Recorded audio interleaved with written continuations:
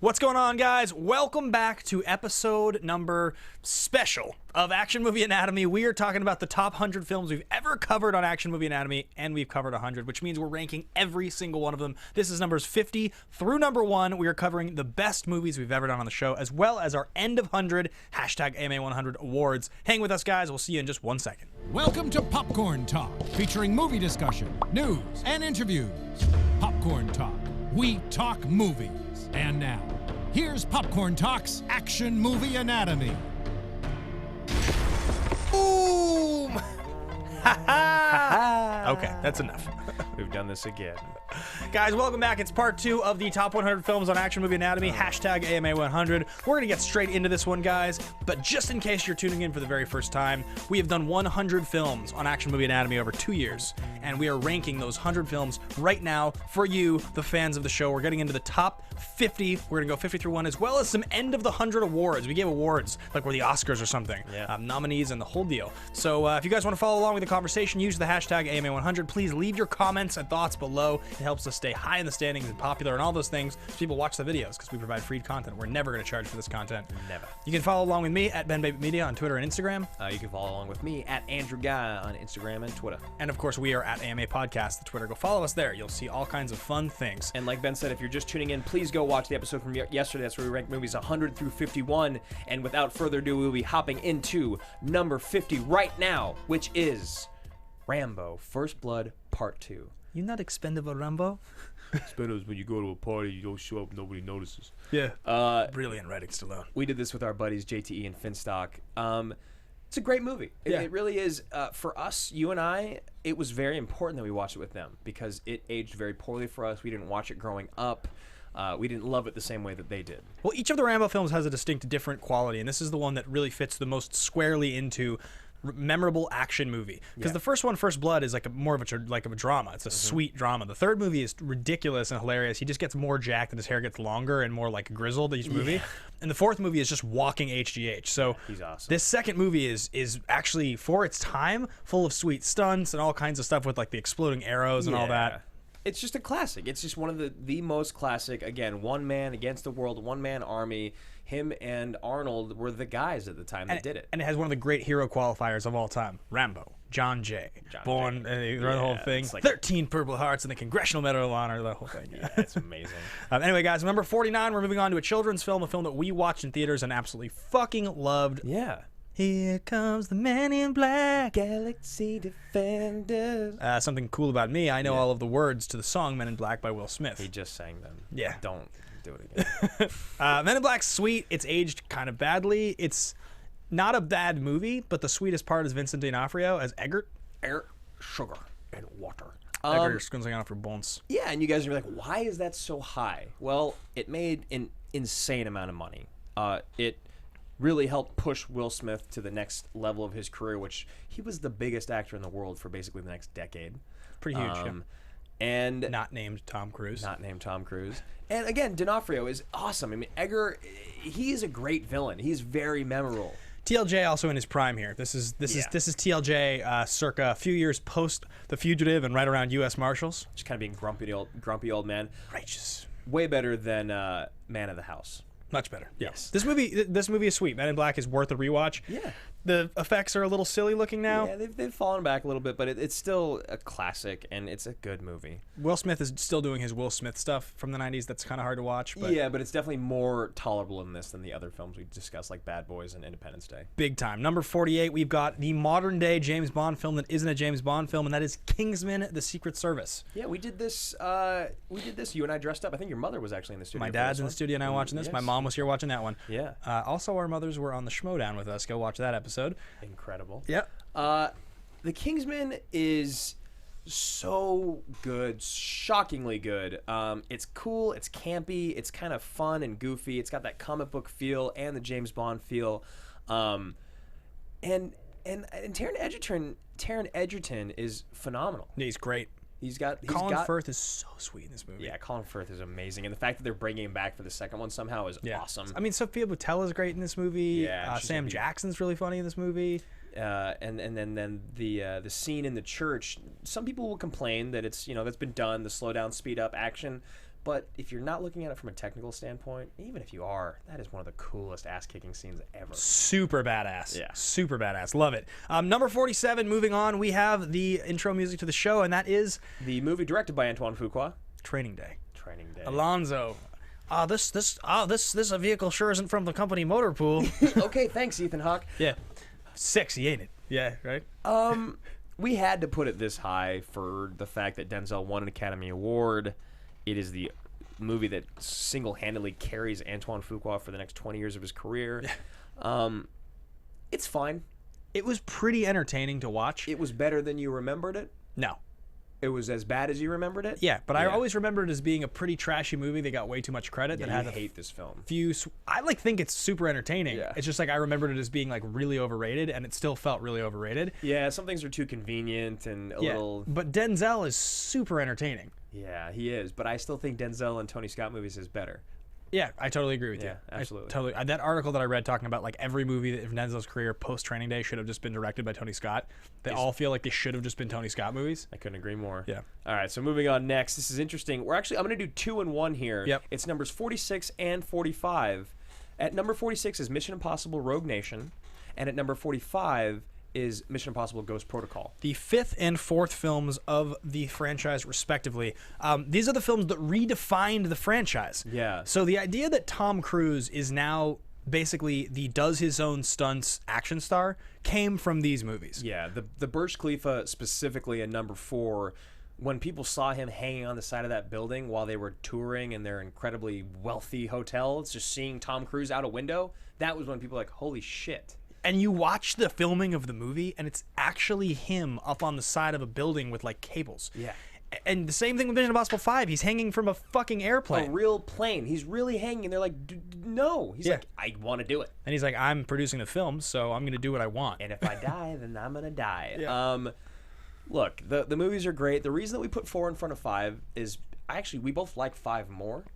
The villain's better. Rebecca Ferguson's great. But 4 was more important because the franchise had basically died after 3, even though that's our favorite. Yeah, Mission Impossible 3 unfortunately came at a time when basically the world was done with Tom Cruise. He had done the couch jumping Oprah moment, and everything in the decade following has really just been him trying to repair his image from Scientology and Oprah. And these movies, Mission Impossible, Ghost Protocol is literally the single movie that if that movie hadn't happened, people would be pointing to Valkyrie, Night and Day, Rock of Ages, Jack Reacher, all these other movies that were kind of flops around that time. The fact that this movie was able to make as much money as it did, and then that the 5th movie came along and did even better, means Tom Cruise can still be Tom Cruise. He still is the last movie star, and that's the reason. The reason is that. Yeah, and that franchise is not dying. So at number 46 is Rogue Nation, number 5, and at number 45 is Ghost Protocol, number 4 in the franchise. Moving on to number 44 on our list.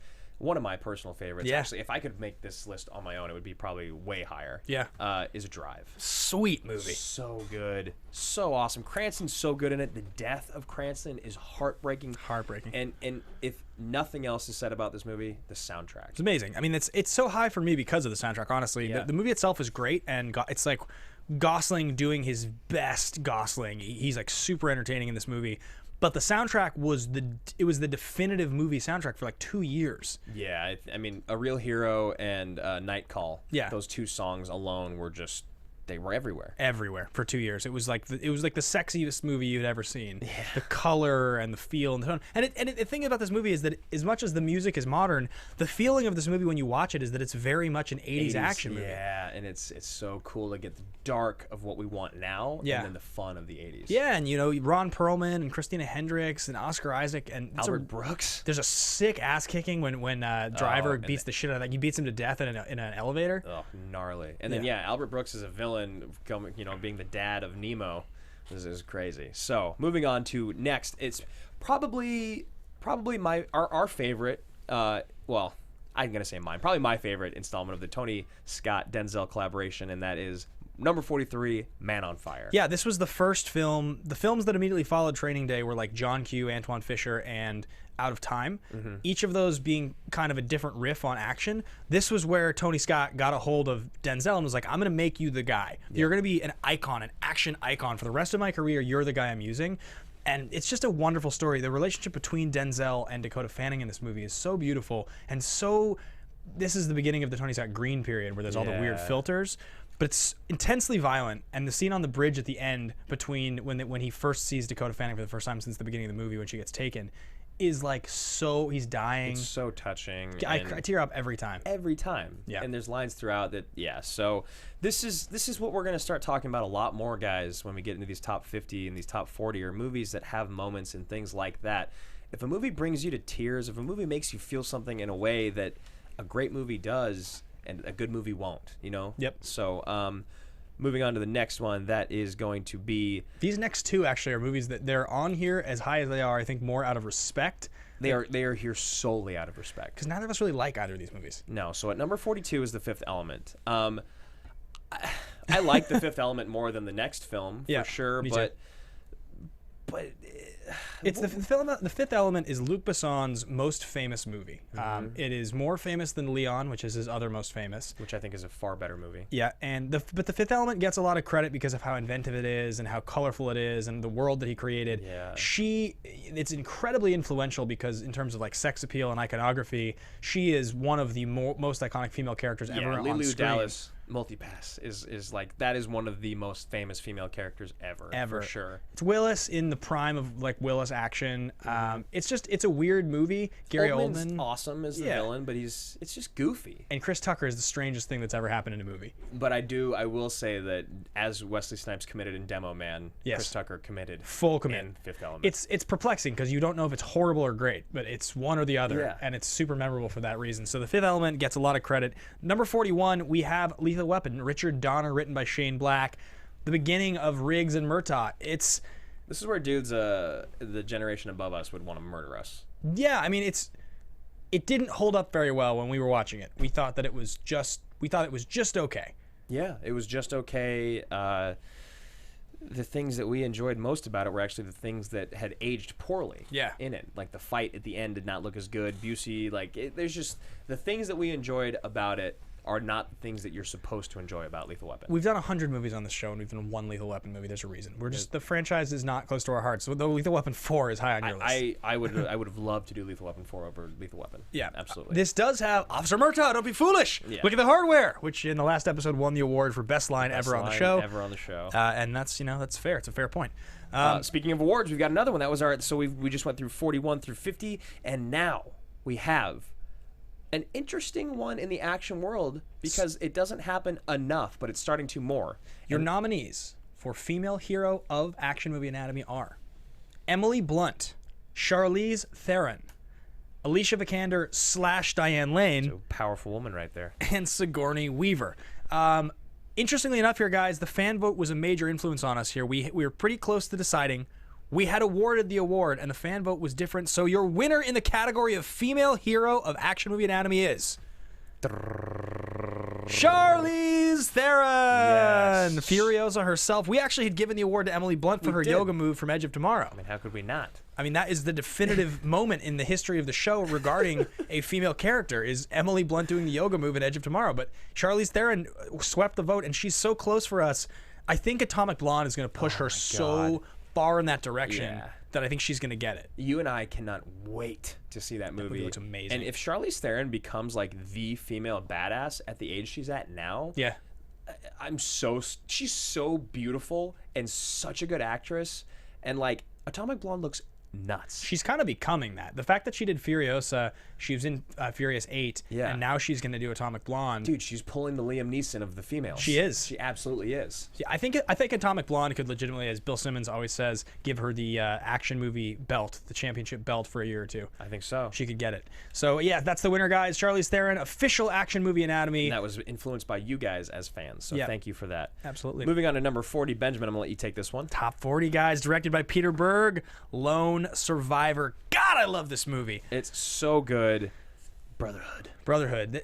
This movie, some people might say that we're overrating this movie. I know some people think this is too patriotic. It's too American. Maybe you should start your own damn show and then rank. I mean, sorry, what were we? I love Lone Survivor. I love the cast. This movie was the best thing Taylor Kitsch did after the failure of 2011 that he experienced in John Carter, Battleship, and Savages. He's great in this movie. Emil Hirsch is great in this movie. Wahlberg is so good in this movie. Ben Foster's so good in this movie. You've got an incredible. Those guys are all phenomenal actors. Yep, incredible actors. And as they're getting decimated on the mountain, some of the lines about brotherhood. Yeah. I love the one moment when Foster's sitting there and he's got a literal bullet hole in the back of his head. He's like bleeding out of, and he looks at Wahlberg and he says, "Listen, I need you to tell Teresa that I died with my brothers with a full fucking heart." And he's like, "Don't say it," and then an explosion goes off. Yeah. That scene gets me every time. And the fact that they use, when the movie opens, the real footage of Navy SEALs going through training. And the brotherhood that builds there. This movie is so good. If you guys haven't seen it, don't fall victim to what people say about this being American propaganda. And it does have some of it in the end. It is super Almost like... every single military movie will. But this is not, it's not like American Sniper's here and Lone Survivor's here. I would watch Lone Survivor over American Sniper any day of the week. Absolutely, so would I. Any day of the week. I died with my brothers with a full fucking heart. It was amazing. It's a great line. Number 39, my favorite our favorite Mission Impossible movie is Mission Impossible 3. Mission Impossible 3, count to 10, guys. The greatest 2 minutes and 13 seconds of the entire 5 Mission Impossible films. All 632 minutes of it. Yeah, is count to 10. It's the count to 10 scene with Philip Seymour Hoffman in this movie makes this the best Mission Impossible movie, bar none, no question, done. This movie was ahead of its time. Unfortunately, J.J. Abrams directed it, and it's just too real. It's not what people wanted out of a Mission Impossible movie. They want fun, throwaway popcorn action. And it came at a weird time in Cruise's career. Also, the scene we talk about this movie a lot is when Cruise is on the bridge running, and that explosion happens, and it throws him sideways into the car, and then the drone flies over. Yeah. It's just such a weird, it's not a big action stunt. But it's a great stunt. They showed it in the trailer, I remember, and I remember seeing the making of. And when I watch it again, it's a great fist bump moment. Yeah, Kerry absolutely. Russell's eye when she has the explosion go off in her head. It's again subtleties. Yeah, it's all subtle, simple, incredible There's movie. a speedboat shot for no reason. Yeah, and just to have in the trailer. I think Ben and I agreed that you should watch the movies. If you're going to watch all 5, you go number 1, number 5, number 3, number 4, number 2. Yeah. Yep. Agreed. All right, so moving on to the next movie, The Town. Definitely more of an action drama. That is number 38. The Town. Look, it's Ben Affleck can act and direct. Holy shit, who'd have thought? Yeah. Jeremy Renner gets a nod for Best Supporting Actor in great this in movie. this movie. My favorite part in this movie is when he's like, "I need to ask you a favor. I need you to hurt somebody. It's gonna be really bad, and you can never ask me about it." Yeah. Whose car are we taking? Yeah. Such a good answer. Yeah. And then also when he's like in that room beating the shit out of those guys. Yeah. It's like, that's my brother right there. Yeah. What'd you do to get him all cranked up, huh? Yeah. And then he shoots him. He's like, I seen your. He's like, you see my face, but remember, I seen yours too. Yeah. It's just so many great moments. Rebecca Hall is fantastic. Yeah, he's a badass. John Hamm's really good in this movie too. John Hamm is the shit weasel that you can't hate. Yeah. You want to, but he's just doing his job, and he's just. Chris Cooper. This movie's fucking sweet. Oh yeah, Postwaith in his last role. Yep. Yeah. Movie's great. Next is number 37. I'm going to take this one as well because you know how I feel about this. Is Looper, directed by Rian Johnson. One of the best treatments and handling of time travel in film ever. The makeup with Willis and Levitt is great. Emily Blunt is perfect as wonderful. always. And when you make a movie that's that good about time travel in the future for that little of a budget, you're a talented man. Jeff Daniels is awesome. So is Paul Dano. Let's be honest, guys. The most significant thing about Looper, as well as the fact that it's a good movie, is that this guy is going to be directing a Star Wars movie because of his success making Looper. Exactly. He made an incredible sci-fi movie for $40 million, I believe. Less than 40, and that's why he's getting to direct a Star Wars movie. Yeah. So Looper's awesome. It's a really funny episode too. One of my favorite moments ever. A great moment. Yeah. Number 36, guys. We have Michael Mann's 2004 film Collateral. Cruise as a villain. One of the few times it's ever happened. Yeah. It's amazing. It's so good. This is a movie where it's like one of the all-time underrated movies because it doesn't really get referenced all that often. Jamie Foxx is as good or better than Cruise. Foxx got the Academy Award nomination for this. And he won the Academy Award for Best Actor. He was nominated for supporting and lead in the same year. And I think 90% of people would have no idea that he was nominated for Collateral. No, people don't even remember. It does fall apart a little bit at the end, but yeah, Cruise is such a badass in this movie. The scene in the club, this is truly an action movie. It is truly an action movie, absolutely. Yeah. And it's paced excellent. It's written fantastically. Michael Mann is really he's not at his peak because I think Heat is his peak. This is the end of his This peak. is the end of his peak. Yeah. Mark Ruffalo is fantastic in this movie. yeah, I he's love great. I love when Ruffalo shows up and he sees the roof of the cab and he's like, "Roofs all beat the shit. Roofs all beat the shit." Yeah. He says it twice for some reason. There's something. Ruffalo is one of those guys I'll never quite understand what it is about him, but that's why he is who he is. Just Yeah. like Malkovich. Totally. There's And then something weird about you. It's you also know? got the "Yo, homie, is that my briefcase" moment, so good. which is so sick. Anytime that he does the double chap in the chest and one in the head, Yeah. brilliant. Yeah, Cruz is amazing in this movie. All right, number 35. One of the more recent films we've done. The only action horror movie we've ever done on the show. Yeah, 28 Days Later. Modern zombie movie making at its best. Yeah, Danny Boyle. Danny Boyle's perfect. There's this amazing cinematography in this film of just parts of an incredibly populated part of London just looking empty. Yeah. Desolate. The monsters are terrifying. Zombies that run. Naomi Harris is great. Brendan Gleeson's in it, of course. He's got to bump up that RAR. It is, in my opinion, the best zombie movie out there. Gleason's really great in this movie. He's super memorable with Hannah, with his daughter. That moment he has when he turns, I love you. Yeah. Very much. Yeah, it's awesome. Get away from me. Yeah, so good. Get away from me. Next up, guys, number 34 on the list, we have Rocky 4. The only Rocky movie we've ever covered on the show. Yeah, I think the only one we could ever get close to doing would be Rocky 3. Yeah. Because it's got Mr. T. It's got. I mean, I know Creed isn't a Rocky movie. Could we do Creed? I mean, I think you could get away with any of them because Yeah. fighting movies have the action movie spirit in a lot of ways. But this one and 3 feel the most correct. 4 is clearly an action movie. It's a revenge-driven action movie about America and Russia. Yeah, and all of the ridiculous hilariousness, a million pounds of pressure. But you are so very good, and we are so very bad. Yeah, it's the greatest movie soundtrack of all time. We did make that a rule with our buddy Jason Smith. Yeah, it's one of my favorites ever. It's got so many hits, just hit after hit after hit. Sweetest Victory. Swedish Victory. Yeah, all right. Gotta love Rocky 4. I think wasn't Jason Smith's thesis statement based on this movie, Carl Weathers is the greatest athlete turned actor of all time? Yes, which is also a professional athlete. Yes. Because The Rock would be the one fighting, but he only played for Miami. That's a rule that I think we threw into Fist Pump Films Weekly. Although I guess technically he did become a professional athlete if you're going to throw in wrestling, but we're not going to get in that conversation. No. Next is one of our absolute favorites. It's on here as Live, Die, Repeat. We know it As Edge of Tomorrow. as Edge of Tomorrow. Number 33, guys. This is a movie that pains me to see it so low. It's my favorite film made recently. Like, it is my favorite film made recently. Not the best film made recently, but my favorite recently made movie. You watch this movie like how I watch movies. Yeah, I've seen this movie like 9 or 10 times Yeah. since it came out in 2014. Yeah. I love it. It's got everything I want. It's got great sci-fi, awesome action. Emily Blunt. Cruz being great. Emily Blunt doing her yoga move. Paxton. This movie is hilarious. It's fun. It's funny. It's brilliantly written and edited. Yeah, it's very intelligent. It's got some of the moments, when they're in the cabin. So good. Rita, if you get in the helicopter, you die. Like, he's just so fucking good. Cruz steals the show in this movie. Yeah. This is also the first glimpse into kind of cowardly older Cruz. I was going to say a little older man Cruz. We haven't seen that. He's kind of a coward in this movie. Yeah, he doesn't want to be where he is. So there's a sequel coming out to this film called Live, Die, Repeat, and Repeat. That's not a joke. Just a god awful. Like the fact that they even changed the name from anyway. Moving on to number 32. Of course, it's another Tom Cruise movie. Yes. No, there's another one. The second Steven Spielberg directed Tom Cruise film, Minority Report, with Colin Farrell.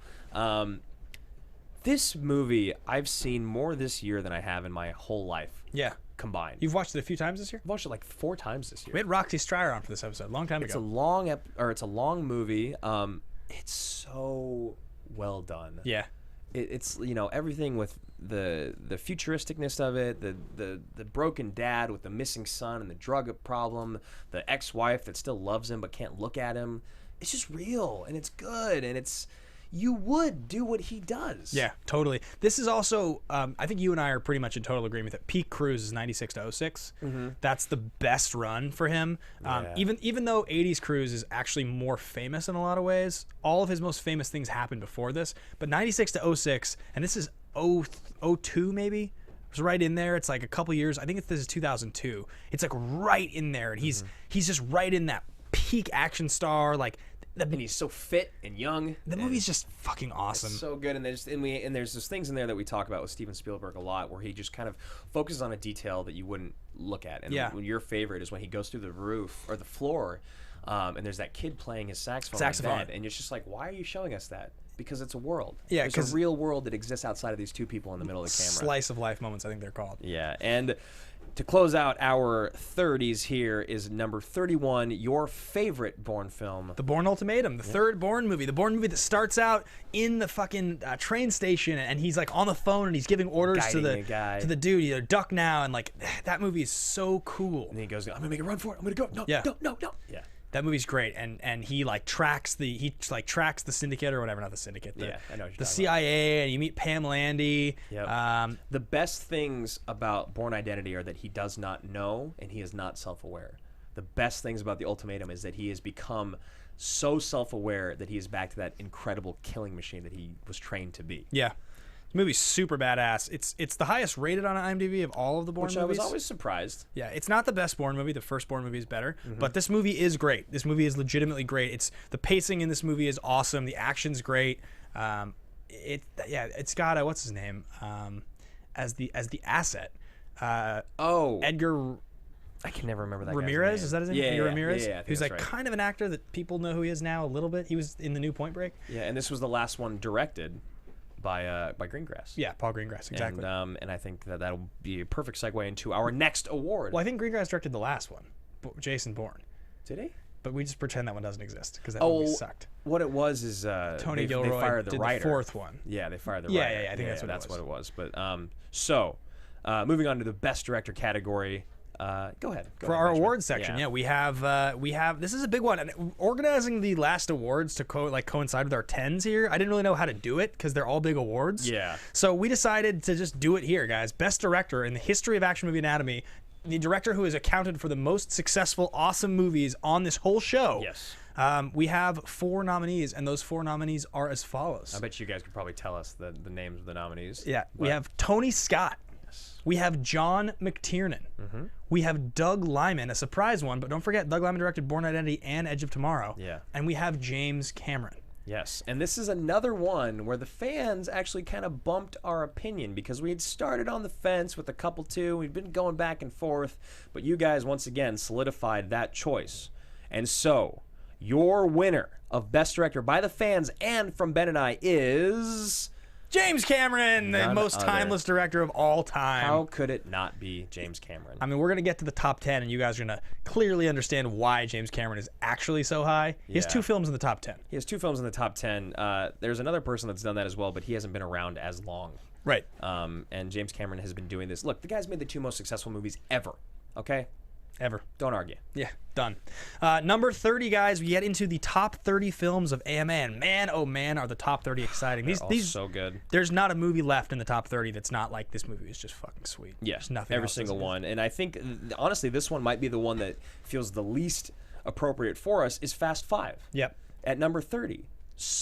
The most important film, other than maybe the first one in the entire franchise. Yeah, so Fast 5, guys, if you don't remember correctly, if you have a revisionist history thing going on, they brought the original cast back to Fast and the Furious 4 called Fast and Furious, and the movie was just okay. It made plenty of money, but it wasn't special. The 5th movie is the one where all of a sudden the franchise learned to take itself not that seriously, be able to make jokes about itself, and bring in Luke Hobbs as The Rock. Yes, franchise Viagra, I believe, is what they called him on Saturday Night Live. He's the best part of the franchise now. He steals the show in this movie, and this is right before The Rock exploded into the biggest star in the world, which is what he is now. This is one of the big pieces in that puzzle that catapulted him to the biggest star in the world. Yeah, and now the best thing about that entire franchise is actually just The Rock. Dwayne The Rock Johnson, yeah. Fast 5 is a totally entertaining movie. This movie is actually very good. And it's super entertaining, and it brought back to life a franchise that we were all so done with. And it catapulted this franchise into the highest grossing franchise of the modern era. Yeah, the amount of money that those movies make is just absolutely bonkers. Insane. So next up we have number 29. We did this with our friend, Kathy Kelly. Yeah, who's now in the WWE. She's, you guys know Kathy probably. Yeah, if you watch WWE, you know Kathy. And this is Casino Royale. This is the first Daniel Craig Bond movie. The only James Bond movie we've ever done on Action Movie Anatomy. This movie's amazingly good. This movie is fucking phenomenal. Yeah, between Mads Mikkelsen, the chase in the beginning, the Ava Green being just gorgeous and evil, and then the car. I mean, this came out at a time when Texas Hold'em was the coolest thing in the world. Everyone our age in college when this movie came out, because the movie came out in 2006. Yeah. Yeah, so we just graduated. World Series of Poker Huge. was a national phenomenon. Everyone wanted to play. Everyone wanted to be a part of it. Everyone was watching it. ESPN was playing it all the time. And to make a Bond movie about Texas Hold'em and then up the stakes, make it like sexy and European and deadly. Yeah, well, and what's great about this movie is there's a couple moments. We were talking about this the other day, like when he kills the guys in the stairwell and he's with Ava Green, and she gets like all covered in blood and she's crying in the shower. Like those are great moments that you didn't see in a lot of the earlier Bond movies. It's much more, it's a much more realistic, much darker take on the James Bond character. There's that amazing parkour chase in the beginning where the guy's like jumping all around. The Bond's trying to keep up with him. And then my favorite is when he dies and she brings him back to life. Yeah. You all right? Yeah. The first thing he says, as she's all right, she's like, me? Yeah. Just so good. Don't they have like a great interaction on the train too when they're first talking? The very first time that they meet, he's like, he tries to pin her and break her down for what she is. Yeah. And she totally flips it on him. Does the same thing to him. Nails him. Yeah. So, guys, number 28, John Wick. The first John Wick. The first John Wick. Baba Yaga. Yeah, Baba Yaga. I don't think there's much that we have to say because we already talked about John Wick 2 so much. It brought Keanu back to life. It's an incredibly successful franchise, and we all want to see the third one. The opening sequence, the action sequence in his house after when all the guys try to break in and he just takes everyone down was one of the coolest things I'd ever seen in a movie. Yeah, and what's so cool about it too is that scene, that was a direct message to us as an audience from the director. Being like, you don't know what the fuck you're talking about. Yeah. Because we were all like, all right, 90%, are you kidding me? And then it's like, no. Watch the first 5 minutes of this movie. Now you're in? Okay, yeah. So this movie was a surprise hit. Nobody saw this movie coming. Nobody. And even after people tell you how good it is and it's a 90% and you're like, there's no way, your expectations are so high and you are so willing to be disappointed so you can prove people wrong and you still love it. This movie just got it. It understood how to do it right. Yeah. That is number 28. Number 27, we have another Tom Cruise movie in The Last Samurai. I mean, okay, so all jokes aside, this movie's really fucking good. It's really good. Stop pretending like Tom Cruise and he's the last samurai. It's like, no, this movie should have been... He should have gotten nominated for Best Actor for this. He's phenomenal in this movie. Yeah, this movie's great. Katsumoto gets nominated for supporting. The guy that plays Kaneda... Ryoichi Tamada. He's such a good bad guy. Or bad good guy, I mean. The relationships, Sage... This movie is just so good. It is a true epic. Tony Goldwyn's a great shitweasel. Oh, he's so good. His death is great. Yeah. It's heartbreaking at the end. And again, you know what? Yeah, it's MI3 and this film, I think, are Cruise at his best action acting. Yeah, Cruise is really good in this. This is definitely this is the lost. It's like the lost movie in the Great Run where people don't take this movie that seriously because it's like a movie called The Last Samurai starring Tom Cruise. Yeah, it's like The Great Wall with Matt Damon, but it's different. Yeah, because this one's actually good. Yeah. Number 26. I can't believe this is only number 26. It makes sense, though, like, after talking about it on the show. What else is on here? Yeah. Predator, guys. John McTiernan at his best. This is my single favorite Schwarzenegger role of all time, Dutch. This is Villain, you son of a bitch.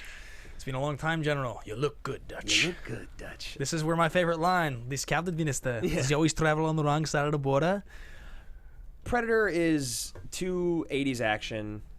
Yeah. It's perfect. It epitomizes it. It is everything you wanted. You got a great monster. You got a great ensemble cast of all these badass dudes. Schwarzenegger looking lean and mean. Lean and mean in that red polo. Down 20 pounds. Ventura. He's just, Schwarzenegger's fucking jacked. Everyone's jacked in this movie. There's a great Bill Hader story that he tells on that Bill Simmons show Any Given Wednesday. Oh, you told He was the PA for Schwarzenegger on Collateral Damage, and they're like in the jungles of Colombia, and Schwarzenegger's got a grill out. He's grilling in the middle of the jungle because that's where they're filming the movie.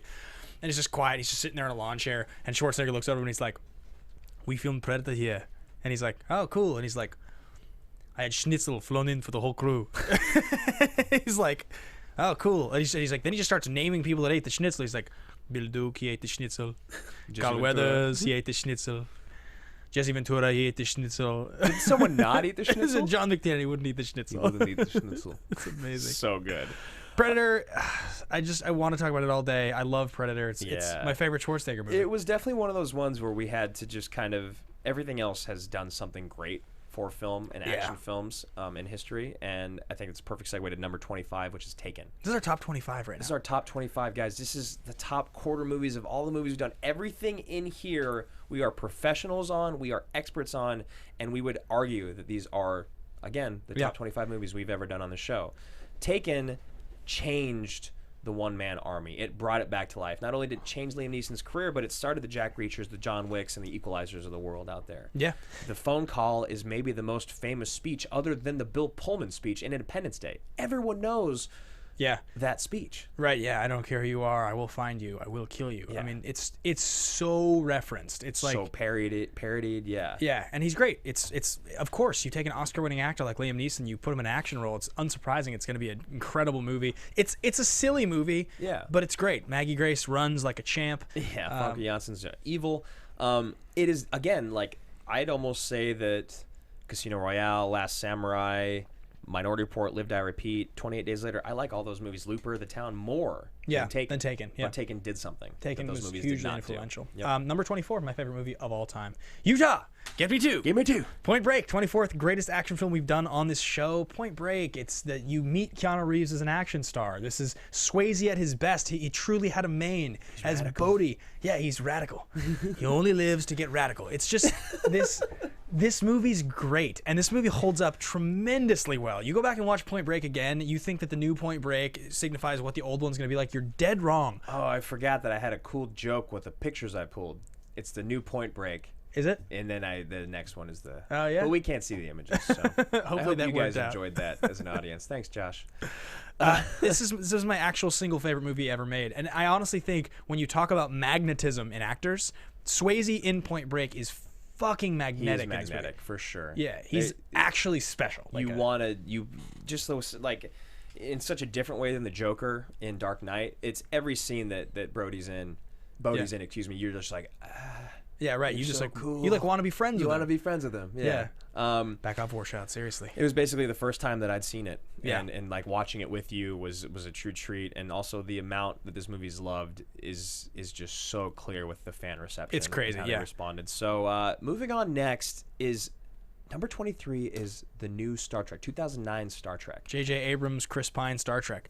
Zachary Quinto at his peak. One of the great trailers ever made. One of the greatest trailers. Why are you docking to me, man?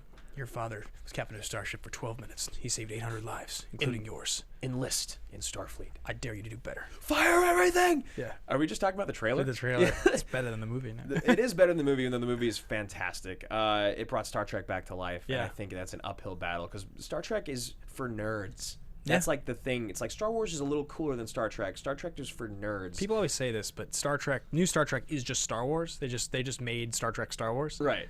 And like Kessler, my good buddy, who I do another podcast with, says that. He's the biggest Star Wars fan I know, and he always just says like the new Star Trek is just J.J. Abrams making Star Trek Star Wars. Yeah, and you can be entitled to your own opinion, but to speak on this movie as what it is, it's incredibly entertaining. The cast is fantastic. It's so sad that we lost Anton Yelkin, but Simon Pegg in there, Carl Urban, Zoe Saldana, everyone's so good. Yeah, you have Leonard Nimoy shows back up. Yeah, it's awesome. So moving on to number 22. Yet another Tom Cruise film. It's amazing how many of those we've done. Top Gun. Is there 2 in like every category? Yeah, well, we've done like 9 movies in 100, so it's not surprising. Top Gun, guys. This is the 1986 film, the film that made Tom Cruise an action star. Yeah. Which is so weird that he's still as famous as he is, but it's really Risky Business and Top Gun are the 2 most famous things that he's ever done. They were 83 and 86. Yeah, and then it's like after that was Jerry Maguire, which is another romantic, dramedy, kind of. Top Gun... Super homoerotic. Yeah, it's another one of those movies that it's only this high on the list because of what it did for everyone in the film, what it did for Tony Scott, how iconic it is, how quotable it is. Yeah, it made most of these people massively, massively famous. Yeah, absolutely. And there's A-listers all the way across the board. Yeah. From Kilmer to Cruise to Ryan to Scott to, Anthony Edwards, Goose. Also, there's the thing about the music from this movie, like Highway to the Danger Zone, the Top Gun theme, Berlin, Take My Breath Away, Playing with the Boys. This movie's hilarious and ridiculous and silly, but it is classic. And number 21, guys, we have the film that we did 50th. So when we did we're doing, we did Heat this week, yesterday on the show.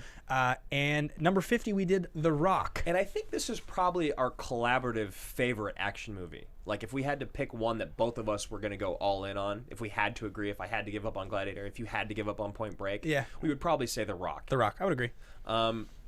General Hummel, Francis X. Hummel, if you guys watched the previous episode, he won the villain of the show, the greatest villain over Dark Knight's Heath Ledger as the Joker. I mean, what's there to say about this? We've talked about this movie a lot. It is the most perfect 90s action movie. The shower room shootout is incredible. This movie is perfect. Aside from the driving scenes in San Francisco that are kind of a bummer, a little ridiculous. This movie is great. I saw this movie countless times as a child, and it's Michael Bay's best thing he ever did. It's just a slam bang action thriller. It's a nonstop adrenaline thrill ride. Yes, and I remember watching this movie with my buddy Brad Schultz in like 4th or 5th grade or whatever, and the VX gas was terrifying. Yeah, the VX gas. The scene. I'm sorry. I'm sorry. Yeah, Francis. Clear out. Yeah. Which is perfect. We're just talking about our best villain because we are about to do the Action Movie Anatomy Best Hero category, guys. The nominees for Best Hero of Action Movie Anatomy are Jason Bourne in The Bourne Identity, Ethan Hunt, Mission Impossible 3, Neo, The Matrix, Logan from the film Logan, Maximus Decimus Meridius, Gladiator, William Wallace, Braveheart, Captain Miller, Saving Private Ryan, and the T-800, Terminator 2. Now, the fan vote on this one we'll reveal afterwards, but I couldn't believe it.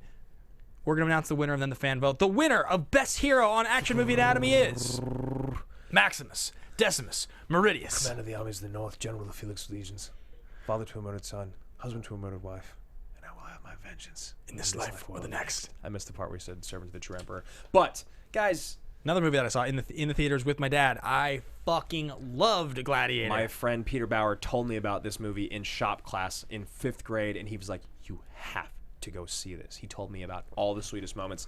This movie is still by far my favorite action movie. I think Commodus is the worst villain. I think Maximus is the greatest hero. It's just perfect. And we will get to it because it's higher on the list, so we'll get there. of course. But the fan vote on this one was Logan from the film Logan, which segues really nicely into number 20 on our list. Logan, guys, Logan came out 2 months ago, and it's number 20 on our list. Which is another reason why we had to say, like, you can't give it to something that fresh. You cannot give the greatest action hero to someone that's been out for 2 months. Look at the top 20. I'm like, dude, it's insane. My jaw's dropped with what we're about to talk about. So Logan, number 20, I cried 3 times during this movie. I cried several times throughout. I cried the second time I watched it with you. I went to go see it again in theaters, paid twice. The only time I've done that in the last like 10 years. And you and I, we didn't necessarily see eye to eye on this until I made the point. Ben, when's the last time that you cried numerous times in a film, in an action movie, in a comic book movie? I don't even know, honestly. Maybe never. This movie was so full of incredible action scenes, everything, all the violence, the R-rated violence you would want out of a Wolverine movie. Yeah. The touching family on the road vibe of this movie. So coming of age family. Like, if all 3 of the leads, Daphne, Patrick, and Hugh, all got nods, I would not be upset with that at all. I think this movie's gonna get a bunch of Oscar attention. My roommate bought this, and my father's in town. I'm gonna probably make him watch this tonight because I don't think he saw it. Yeah, you gotta watch it, man. It's beautiful. And so on to number 19, written by a great friend of ours and directed by another good friend of ours, is Warrior. And the fact that Warrior is only 19 is a shocking. Which is why you guys have to know that we did this list based off of greatness in film, not based off of what we love, because you guys know how much we love Warrior. The movies that we put ahead of Warrior, it's like pretty understandable. It would be very difficult to justify this short in just a few years since it came out. I almost think that every movie ahead of that is in the top 250. Yeah. I think every movie ahead of 25 is. Yeah, or probably. 22 or something. Yeah. Yeah, Warrior. I mean, what have we not said about Warrior? We had the director and the writer of the film in here for an hour 40 talking about this movie. Talk about a movie that makes me cry every time I watch it. The final 7 minutes of Warrior is on a short list of maybe my 5 favorite sequences ever in the history of film. When you and I will watch that movie together, the movie will end and I'll rewind it to go back to the beginning of the final 7 minutes. You're like, don't do that. I was like, shut up. And if you guys want, you can go back and turn on. There was an episode that we aired on this last Monday. It's not if you want. You have to go do this. We did a live watch along of Warrior on Monday that you guys can go watch us do. So that's obviously you'll see us react to all the moments. This is it's a very special movie for us. It's probably this and The Rock would be the two acknowledged films for us. And we've only done watch-alongs for Rocky IV, The Rock, and then Warrior. Yep. So moving on to number 18, this is definitely one that you kind of had to you understood why it's here. It's Kill Bill Volume 1. I had to come around on this movie. Yeah, definitely not your favorite. You don't really like this movie all that much. It's okay. I enjoyed it a lot more than I expected I would when we watched it. Right, but if you're talking about things that are iconic, you've got the music, you've got the yellow suit, you've got, everything about this film. This is one of the most important films that's come out in action. It was the movie. I mean, the other thing about this movie was that when you think about Quentin Tarantino's career, Reservoir Dogs makes the impact, then Pulp Fiction's the movie. Yeah. And he really kind of missed the mark as far as capturing the attention that he had with his next movie in Jackie Brown. So this was really the next movie that Quentin Tarantino made that had a major, major push behind it. Like, I'm doing something unique and amazing here. Because Jackie Brown's based on a book by Elmore Leonard. Right. Whereas Pulp Fiction's an original script, Reservoir Dogs is kind of an original script, and this is an original story. So this was his next original film, and it was a huge deal, two-parter. Kill Bill, very impactful, very important movie. Not one of my favorites, but definitely has some great moments. And watching it again, I was blown away at how much I enjoyed it. Yeah, I was happy that you enjoyed it as much as you did.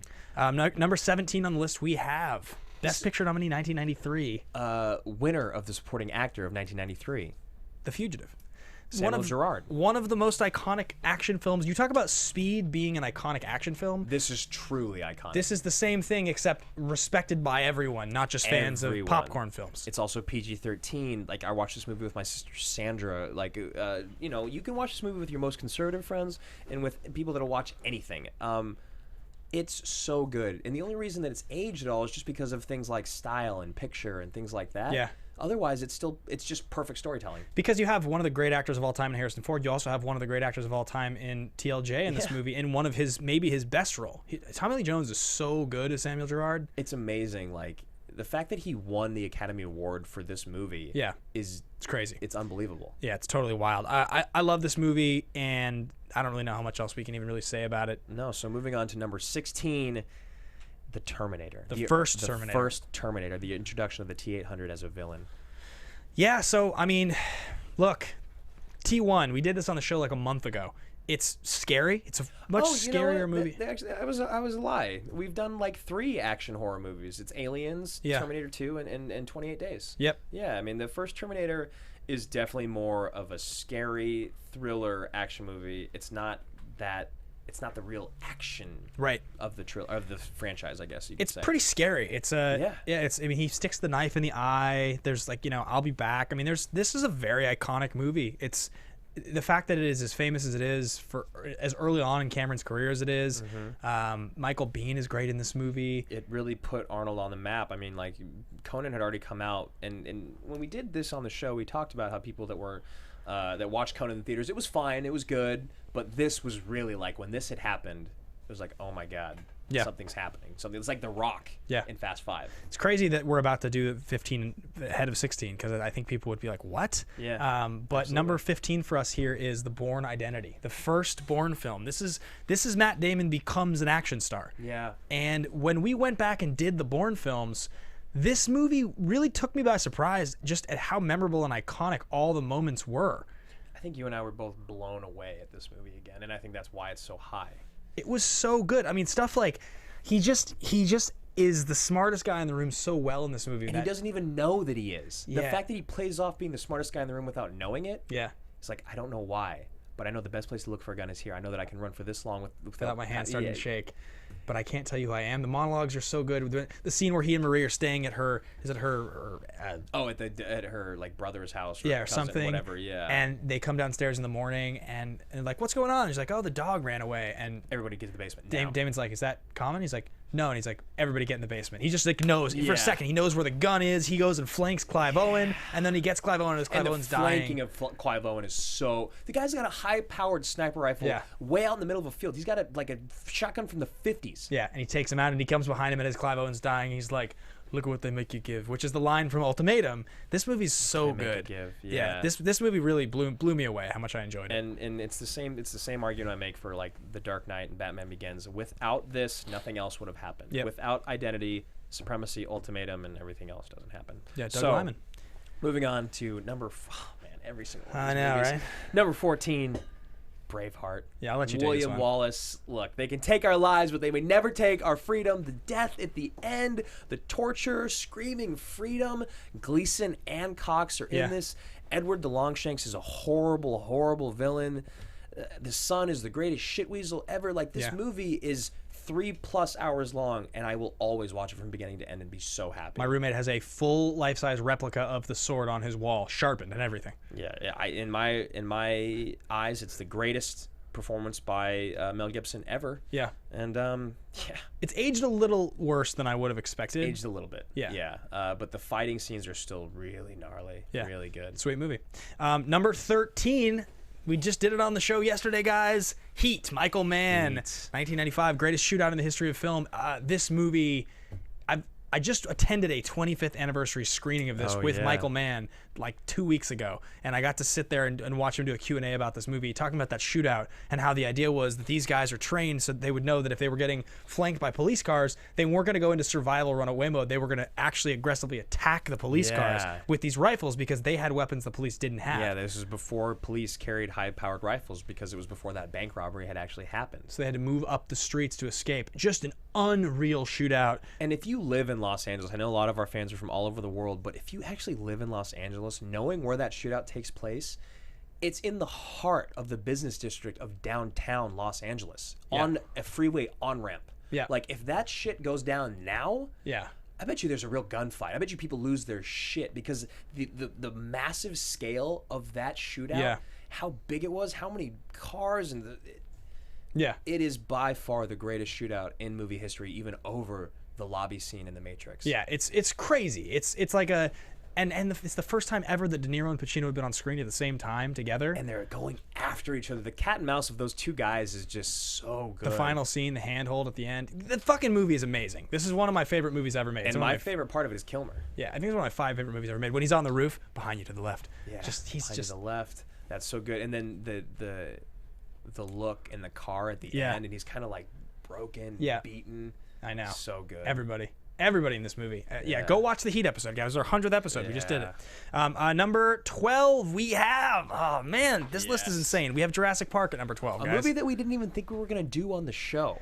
This was to me a masterclass film. When we watched it again 2 weeks ago for the show, Blown away. We both were. I hadn't seen it in a long time, and I was just like, this is perfect. This is everything that I want a movie to be. This is the greatest adventure film I've ever seen. Every scene in that movie can be taken on its own, and you could teach a fucking screenwriting class on that scene. Yeah. They're perfect. They're Everything is interesting, so they're fast. engaging. They're fast. Everything's important. Nothing is wasted. Even just starting with Sam Neill explaining to the kid how a raptor kills you and your intestines falling out at the beginning. It's terrifying. Even putting that story in. Yeah. As an audience member, and I still to this day, that use of telling exposition in 2 minutes by turning it into a kid's cartoon, Yeah. brilliant. Yeah, unbelievable. Absolutely brilliant. Number 11, please. Number 11, guys, Die Hard. People refer to this film as the greatest action film of all time very frequently. Die Hard is... I mean, Die Hard's Die Hard. It's the first. It's the one that starts. It's put people in position, put people in a closed off situation. They have to get their way out of it. All the action happens in one space. Yeah, it's your favorite villain of all time. Yeah, Hans Gruber. Hans Gruber. Look, guys, of all the movies that the Rambos, the Rockies, the Die Hards, the Lethal Weapons, Die Hard 1 is the only one that truly, truly holds up over all this time. And like the fact that it's on this list at number 11 just goes to show, man, that and it's movie a Christmas movie. Is a Christmas movie. It will always, always be one of the definitive classics. I mean, Rickman wasn't even anybody yet. No, Yeah. except for Bill Clay. Yeah, Bill Clay. That movie's so good. All right, guys, we Rest have in one. peace. We have 2 more awards left. We have the greatest episode of the show, and we have the show MVP. They're going to happen on either side of our top 10 films right now. Oh my gosh. Greatest episode of the show nominees, guys. We have The Edge, Lord of the Rings trilogy. We have Predator, and we have Warrior with Anthony Tambakis and Gavin O'Connor.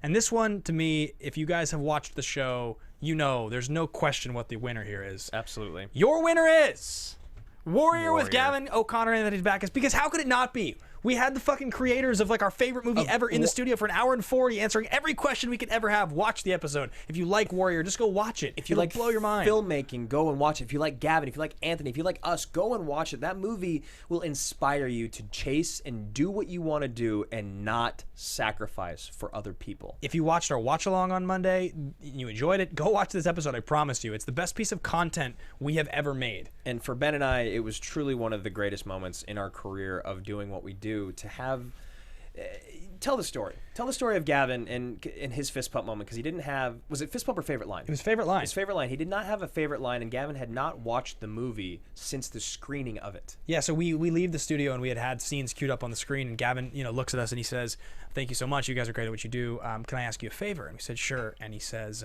we were going to watch the last scene, but we ran out of time. "Can we go watch the final scene of the film? I just haven't watched it in a long time." So we come back in the studio, all put our headphones on, and the scene's playing, and we're all just kind of sitting there, hair on our arms, like standing up, because we're watching Gavin getting visibly emotional. Yeah, Ben and I are more so just watching him react to our favorite part of our favorite movie that he created, and he's watching it, and he's sitting there watching. You can see him getting emotional, and just as Joel Edgerton has Tom Hardy on the ground, and he won't tap, and he just tap, Tommy, just tap. And finally, he looks at me, and says, "I love you," and he goes, "That's my favorite line." My favorite line. And that was points up as my favorite line. And you and I, it was like a holy shit moment. It was just. And Donica was here too. Donica was here, and he was like, "Oh my god!" Yeah, like that was It was something. There was something powerful about that, and that part was not caught on camera. But everything else about that interview and that's 2 hours it is by far and away the greatest thing we've ever done on this show. Yeah. So go check that out. The fan vote was for Lord of the Rings. Completely understand that. It's a great episode. It is. But what's even greater is our top 10 movies. On oh my god, the 10! I just can't even believe it. So number 10, guys, we're gonna start with how many Best Picture winners? We're gonna start with Best Picture winner, The Departed, 2006's Martin Scorsese crime masterpiece, his modern day masterpiece. A film that almost was better watching it again than I remembered. Yeah, I mean, this might be my favorite Jack Nicholson role ever. He's so good. DiCaprio's so good in this movie. Wahlberg is fantastic. Damon is a great shit weasel. Yeah. That's a great fucking idea. Yeah. I'm a cop. Like, oh man, just fucking kill me. Yeah, I am Damon. killing you. The twist when Leo dies in that. The shot, the sound of that shot, and the immediacy of it. Oh my God! There's few moments in movie history that are like that. The editing in this movie so revolutionary. The pacing is so fast. The it music never slows excellent. down. Yeah. And it also skyrocketed Vera Farmiga and Ray Winstone. Yeah, both of them really. They both really got careers after this. Yep. Moving on to number 9, the only person on. I'm not gonna say that. It's gonna ruin it. Number 9, Inception.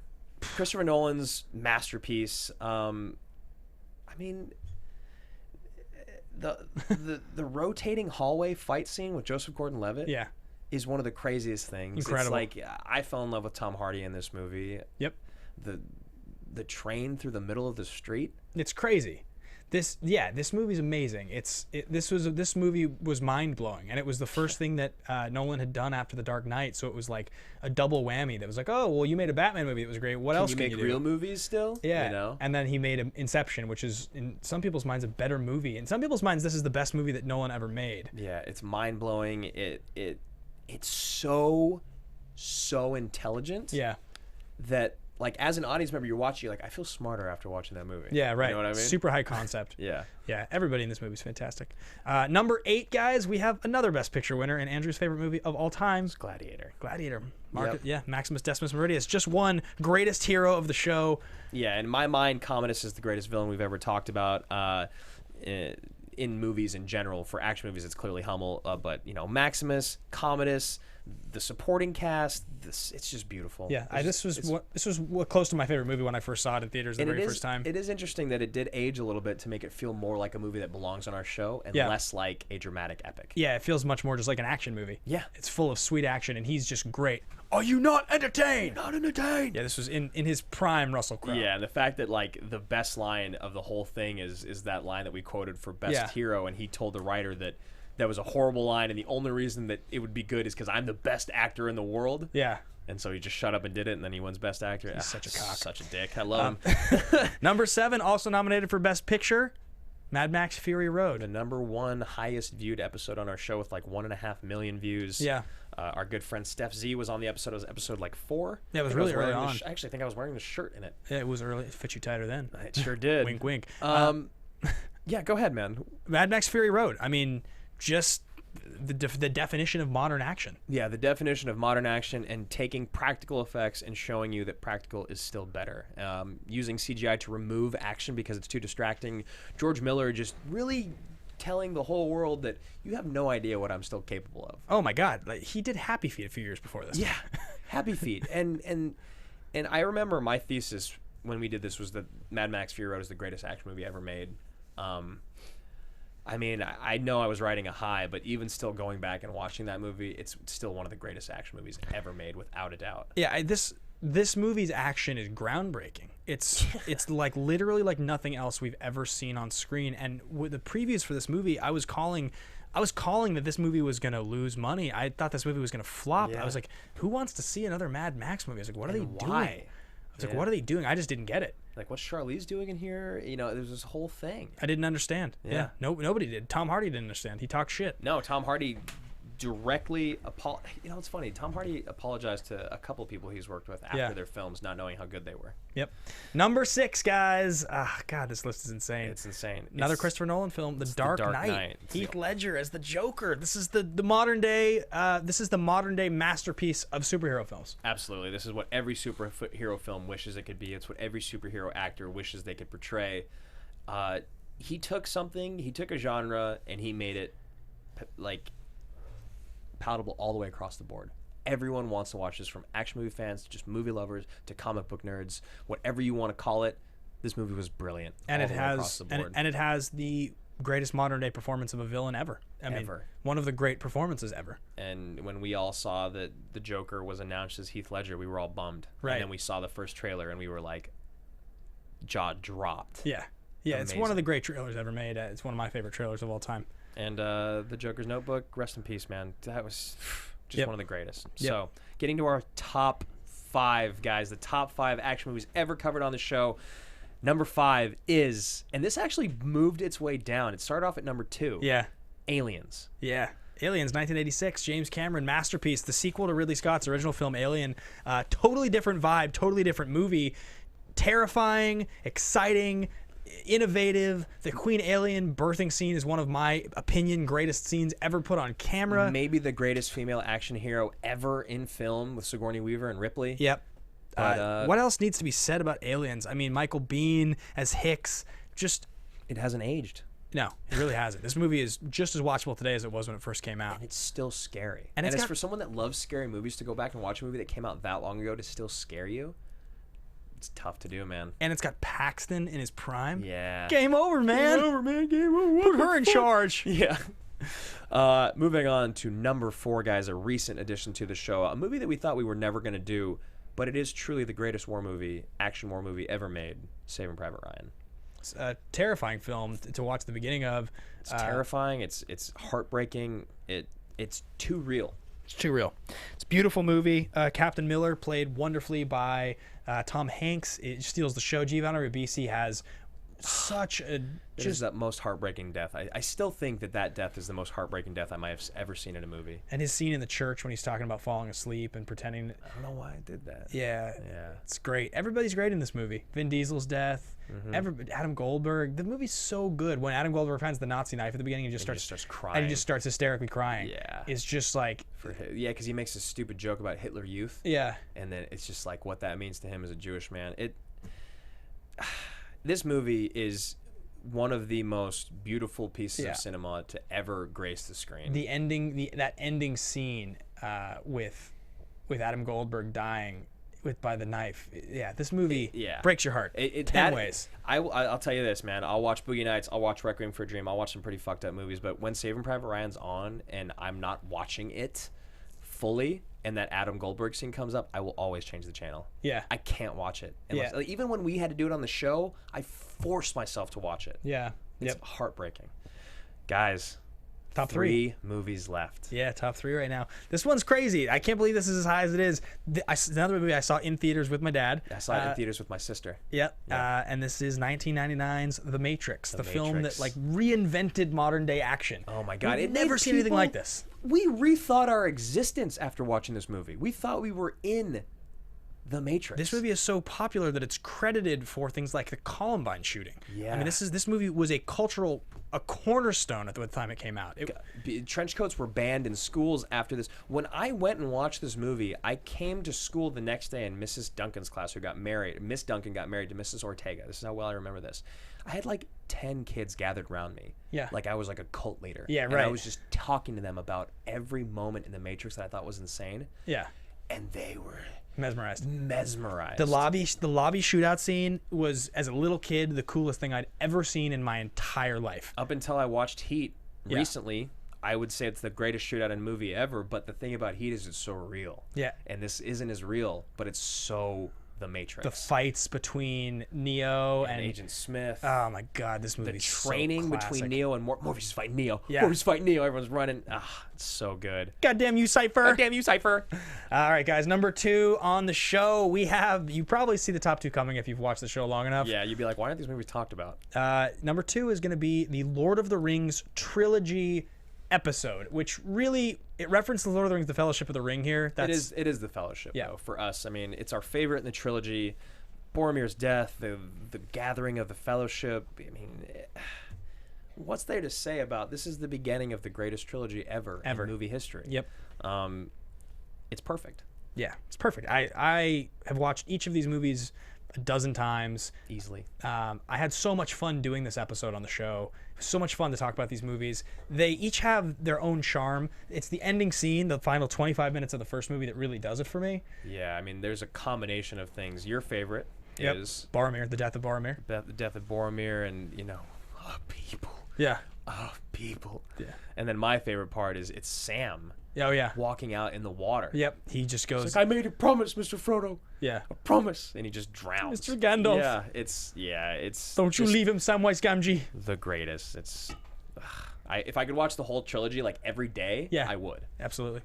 And guys, the #1 action movie of all time on AMA. And I just fully believe it's the greatest action movie ever made. And you know what? I think I do too.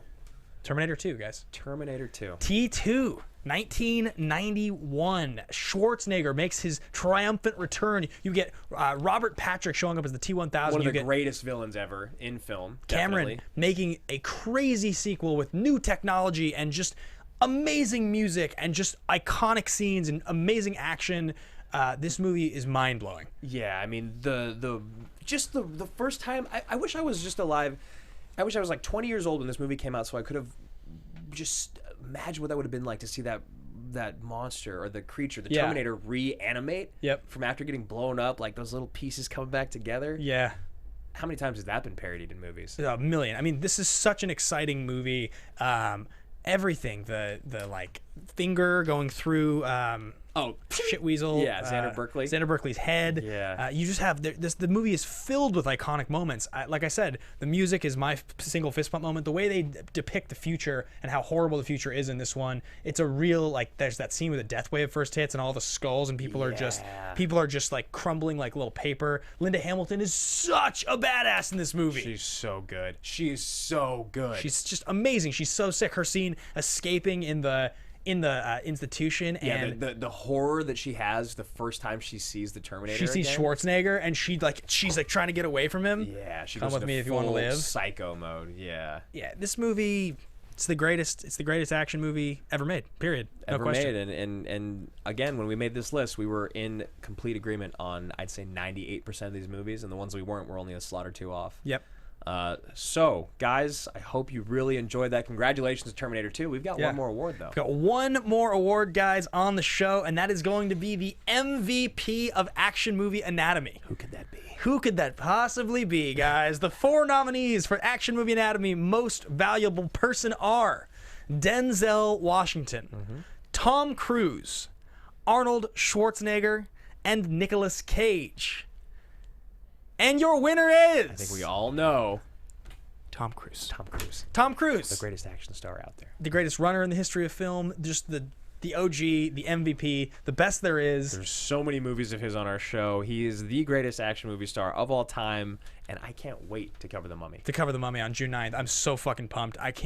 I'm seriously losing. I'm so excited for that movie. Guys, thanks for listening. Thanks for watching. This has been the top 100 films of Action Movie Anatomy ranked. If you want to follow along with the conversation, guys, you can find me at Ben Bateman Media. You guys can find me at Andrew Guy, and thank you so much for sticking with us for 100 movies. 100 movies, guys. It was quite the countdown. Thanks for listening. Be sure to stay abreast with our Twitter so you know about our brand new show, Fist Bump Films Weekly, that is going to be coming out very soon. More information on that to come, but it is going to be a very exciting show talking about other films outside of the action genre. Thanks to my dad for sitting through this.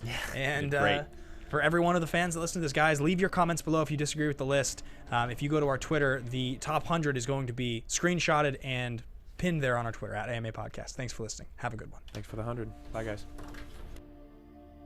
From producers Maria Menounos, Kevin Undergaro, Phil Svitek, and the entire Popcorn Talk Network, we would like to thank you for tuning in. For questions or comments, be sure to visit popcorntalk.com. I'm Sir Richard Wentworth, and this has been a presentation of the Popcorn Talk Network. The views expressed herein are those of the hosts only and do not necessarily reflect the views of the Popcorn Talk Network or its owners or principals.